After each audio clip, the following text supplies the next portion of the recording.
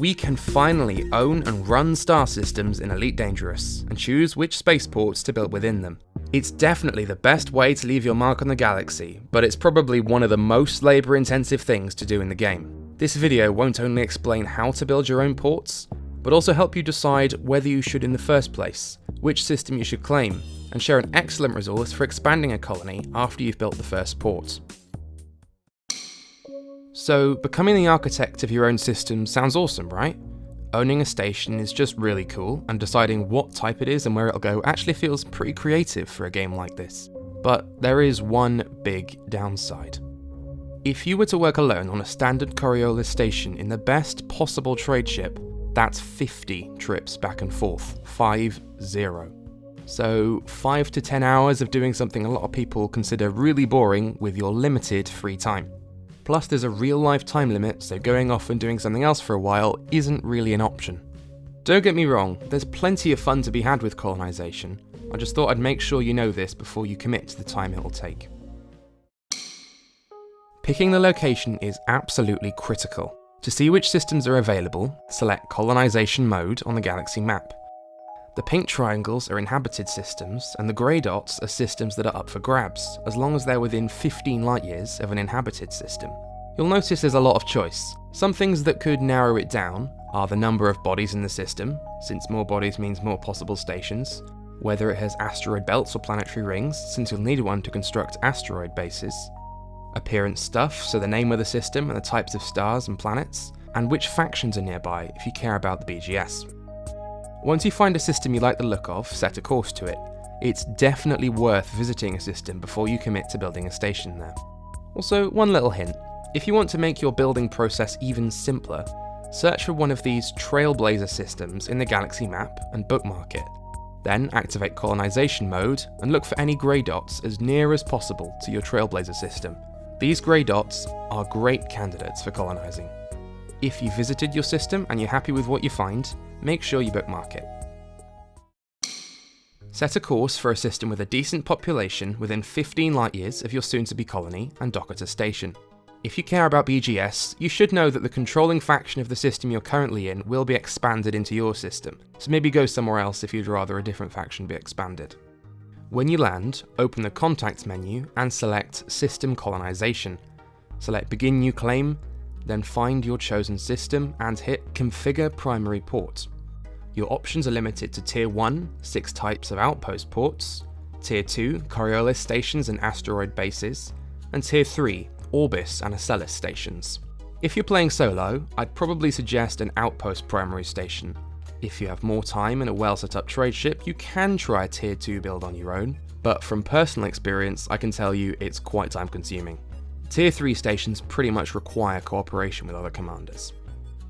Each station type increases or decreases each of these stats. For your first port, I wouldn't worry too much about the specifics. Just choose what you think matches the type of system you're trying to create. Saying that, there is one mechanical detail to keep in mind. If you're planning to build up a system of several stations and grow the economy, it's a good idea to build one of these stations first. That's because they give you a good primary economy, which makes it easier to have stations that will generate materials you can use to build more stations. This can be done regardless of your primary port choice, but choosing one of these will definitely help. Once you've picked your station type, hit Confirm Claim. This will charge you 25 million credits, but that's the only outright expense in this whole process. After doing so, you've got 24 hours to activate the Colonization beacon. Make your way back to the colony system and set your ship's SC suite to a button in your fire groups menu. Then head to a location on your navigation panel called Beacon Deployment Site. Once you arrive, get within 2 kilometers of the beacon and use your SC suite to scan it. You should get a confirmation message, and a system colonization megaship will arrive on the system after a 3-minute wait. Once it does, I'd suggest you head into the system map and bookmark the megaship, because you'll be setting course here many times. It might even be worth making this a favourite bookmark for even faster route plotting. Also, the moment the megaship arrives is when the clock starts ticking.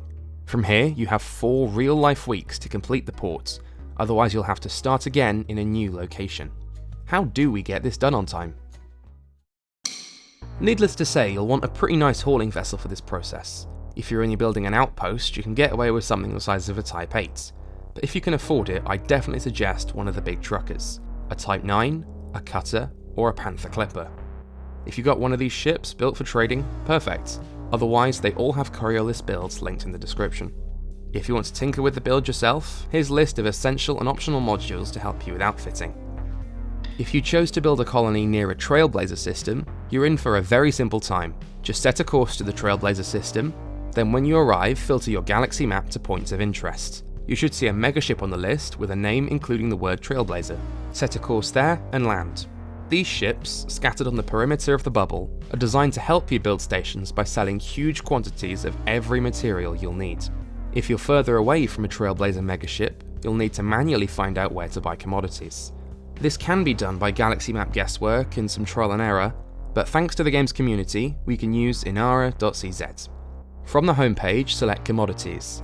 Then, input a material you need and your colony system name. Make sure you sort by distance, and you filter out stations with a low supply and outposts with only medium pads. I also like to filter out surface ports. Hit search and pick your buy station from the resulting list. Set a course to this station and land. Either way, after landing, open the Commodities board. Select any material that has this logo on the left and buy as much as you need. Conveniently, how much you need is shown in this blue box. For some materials like steel, titanium and aluminium, it'll take several trips to get all you need. If the amount needed is less than your cargo space, make sure you don't buy more than you need. Fill any empty cargo space with any other needed commodity. When the hold is full, set a course for your Colonization megaship and land there. Hit this transfer all button, then return to your buy station and repeat the process. If you're buying from a Trailblazer megaship, that's literally it. Just keep going and repeating until you've got everything you need. If not, you'll eventually get to a point where no commodity on the board has this logo on the left. You've bought everything you need that this station can provide. At this point, you can use the system map to find a material you still need, and find a new buy station in the Nara like before. Keep doing this until you've delivered everything you need. Oh, one quick note, CMM composites can only be bought from Trailblazer megaships or surface ports, so you might have to change your Inara search parameters for that one. Once you've delivered every needed commodity, you'll get a little thank you screen from the Brewer Corp, followed by the station finally appearing near the megaship. At the moment it's in a state of final construction with scaffolding and flashes of welding lights. You'll have to wait until the next Thursday server tick to see it fully completed. By default, the name of your station is chosen by a generator, which you can re-roll as many times as you like.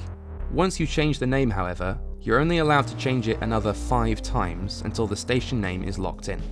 You can write fully custom station names for a fee of 5,000 arcs per station, which can be earned in-game, but the majority of people will buy for real money. At the moment, it's £3. It is a little annoying that this unlock is paid, but to be honest, naming your own station feels worth it to me. And it's nice to occasionally give back to Frontier. We love to complain about them, but they did make this awesome game in the first place. If you're happy with just having a port you can call yours, you can stop at this point and maybe return to the system when you want a change of pace. But if you'd like to grow your colony straight away by building more facilities, you've got a huge amount of decisions coming up, so it's worth learning a bit about moulding your economy. I could try to explain it here, but most of my information on running a system comes from Commander Mechan's written guide, so I'll just link you to that. It's a wonderful resource. I'd call it pretty much required reading for any serious system architect. I hope you've managed to find some enjoyment in the process of building up your first station. A lot of people say Elite is too grindy, and I like to defend the game a lot of the time, but in this case, yeah, this can be quite boring. Still, it is a great way to leave your mark on the galaxy. Once again, thanks so much for watching. Hold on to your space legs and remember your limpets. Until next time, it's goodbye from Commander Dituri.